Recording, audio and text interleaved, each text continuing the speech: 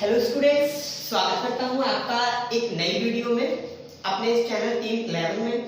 जैसा कि हमने साइंस का लेसन शुरू किया था विद्युत हाई स्कूल का, उसी को आज आगे बढ़ाते हुए उस दिन मैंने आपको जो पढ़ाया था पहले उसको थोड़ा सा रिवीजन करते हैं और फिर हम जाएंगे विद्युत धारा। एक शब्द आया था क्यों, उस क्यों का हमें जवाब ढूंढना था, है ना। कहने का मतलब मैंने उस दिन बताया था कि अगर आपके पास 3 लकड़ियां हो और मुझे विद्युत ने पकड़ लिया हो तो आप 3 में से कौन सी लकड़ी चुनेंगे। एक आपके पास एक सूखी लकड़ी थी, एक लोहे का डंडा था और एक आपके पास गीली लकड़ी थी। तो मैंने कहा था आप किससे छुड़ाएंगे, तो आपने बोला था भैया सूखी लकड़ी से छुड़ाएंगे। तो मैंने कहा था कि उसमें ऊपर आपने बोला कि विद्युत धारा नहीं आएगी और गीली लकड़ी जो होगी उसमें थोड़ी थोड़ी धारा आ जाएगी और जबकि लोहे के डंडे में बहुत ज्यादा विद्युत धारा आएगी। तो मैंने कहा था वे पदार्थ जिसमें होकर विद्युत धारा बह जाती है उसे चालक कहते हैं और वे पदार्थ जिसमें होकर विद्युत धारा थोड़ी थोड़ी बहती है उसे अर्धचालक कहते हैं और वे पदार्थ जिसमें होकर विद्युत धारा बिल्कुल नहीं बहती है उसे कुचालक या फिर अचालक पदार्थ कहते हैं। अब मैंने बताया था कि इसमें धारा क्यों बहती है और इसमें क्यों थोड़ी थोड़ी बहती है और इसमें क्यों नहीं बहती है, ये बताइए।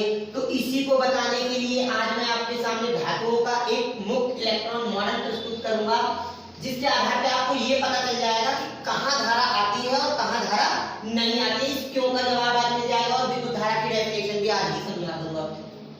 देखिए, जैसे आपने देखा होगा दुनिया में कोई भी पदार्थ जो होता है ना, पदार्थ कोई भी पदार्थ आप देखेंगे वो छोटे छोटे कणों से मिलकर बना होता है ना बेटा, और उन कणों को क्या कहते हैं, अणु कहते हैं। हाई स्कूल में आप पढ़ रहे हैं तो इतना तो पता ही होगा कि दुनिया में प्रत्येक पदार्थ छोटे छोटे कणों से मिलकर बना है जिसे अणु कहते हैं।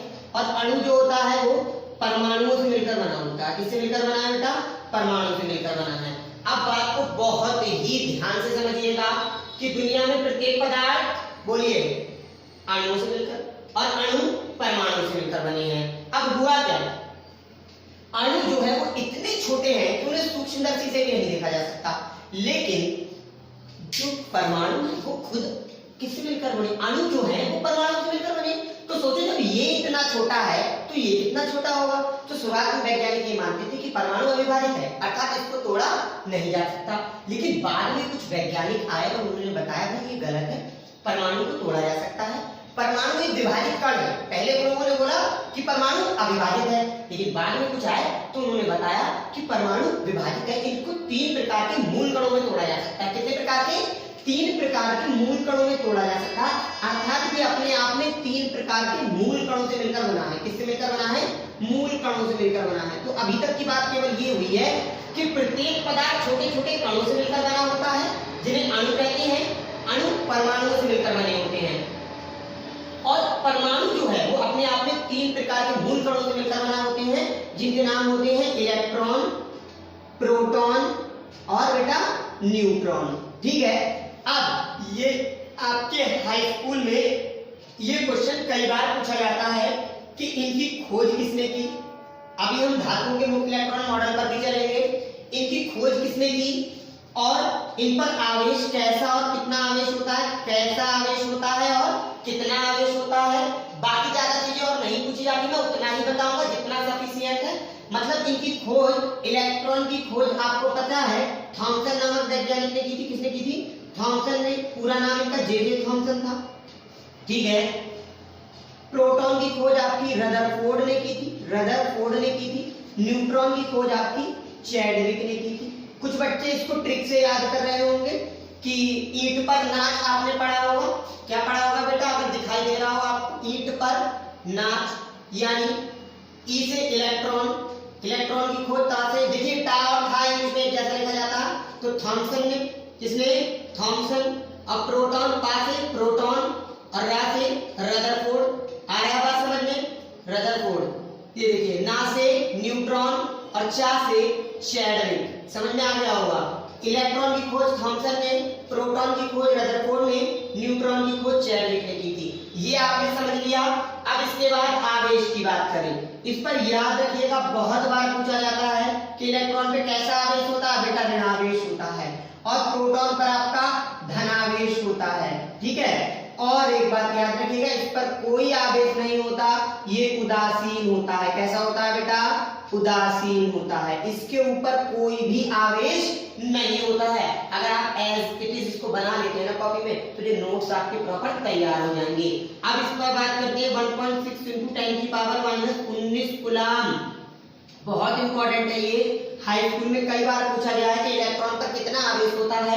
1.6 × 10⁻⁻19 कूलम होता है। और दूसरी बात ये पूछा जाएगा, मैंने आपसे कहा था परमाणु मूल कणों से मिलकर बना है।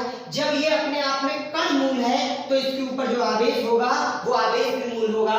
तो कई बार ये क्वेश्चन आपसे पूछा जाता है कि मूल आवेश कितना होता है, तो आप बताएंगे कि मूल आवेश 1.6 × 10⁻⁻19 कूलम होता है। समझ में आ गया? आगे बढ़ूं तो इस पर भी इतना ही होता है, लेकिन प्लस का 1.6 × 10⁻⁻19 कूलम। समझ में आ रहा है? आवेश का मात्रक कूलम होता है और इस पर शून्य आवेश होता है, अर्थात न्यूट्रॉन पर कोई भी आवेश नहीं होता है। अब मैं आपसे बात करूंगा, देखिए दुनिया में प्रत्येक पदार्थ छोटे छोटे कणों से मिलकर बना है, जिन्हें अणु कहते हैं। अणु परमाणुओं से मिलकर बना है। परमाणु 3 प्रकार के मूल कणों से मिलकर बने होते हैं, जिनका नाम इलेक्ट्रॉन, प्रोटॉन और न्यूट्रॉन है।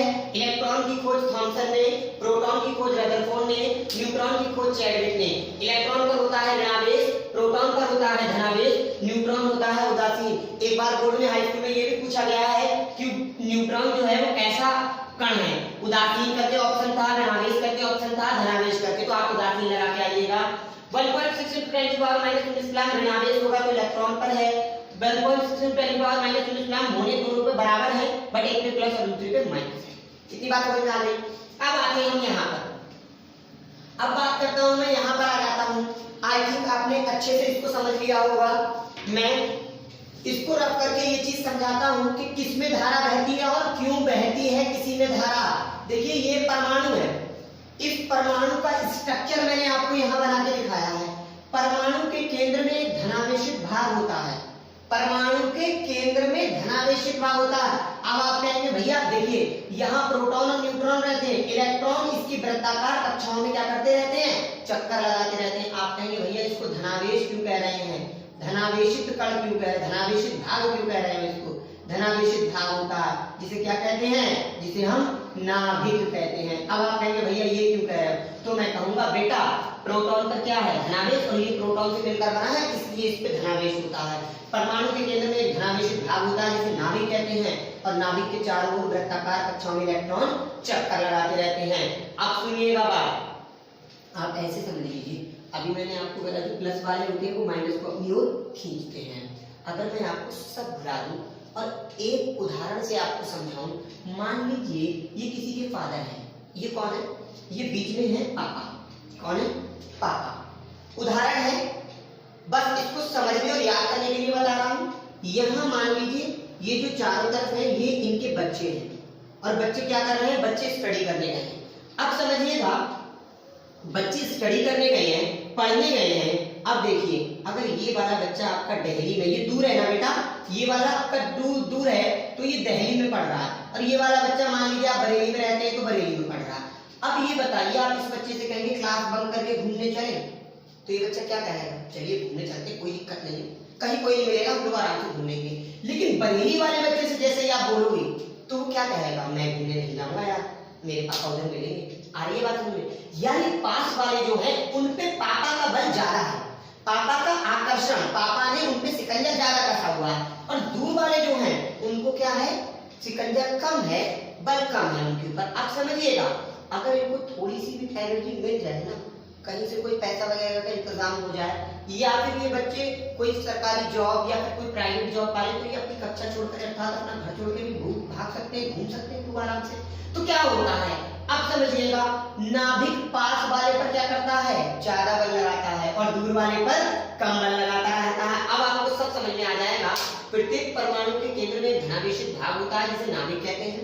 प्रत्येक परमाणु के केंद्र में धनावेशित भाग होता है जिसे नाभिक कहते हैं। नाभिक के चारों ओर वृत्ताकार कक्षाओं में इलेक्ट्रॉन घूमते रहते हैं, और नाभिक इन पर बल लगाया रहता है। पास वाले पर वो ज्यादा बल लगाता है और दूर वाले पर वो कम बल लगाता है। जब दूर वाले पर कम बल लगाता है तो इसको अपनी कक्षा छोड़ना बहुत आसान होता है। ये अपनी कक्षा छोड़कर भाग जाता है, मैंने कहा था भाग जाएगा, ये मुक्त हो जाएगा, कहीं भी गति करेगा, और जहां इलेक्ट्रॉन मुक्त होंगे वहीं तो धारा बहेगी।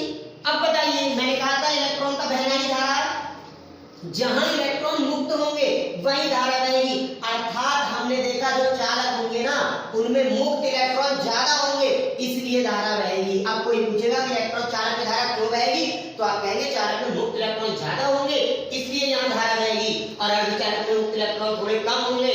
और यहाँ पर जो सारे बच्चे होंगे वो कहाँ पढ़ रहे होंगे, बरेली में सबका सिकंजा ज्यादा होगा, अर्थात कोई निकल के नहीं भागेगा, तो इसमें धारा भी नहीं बहेगी। तो मैंने बताया प्रत्येक परमाणु केंद्र में धनावेशित भाग होता है जिसे नाभिक कहते हैं। नाभिक के चारों ओर वृत्ताकार कक्षों में इलेक्ट्रॉन चक्कर लगाते रहते हैं। नाभिक इन पर बल लगाता है, पास वाले पर ज्यादा बल लगाता है, दूर वाले पर कम बल लगाता है।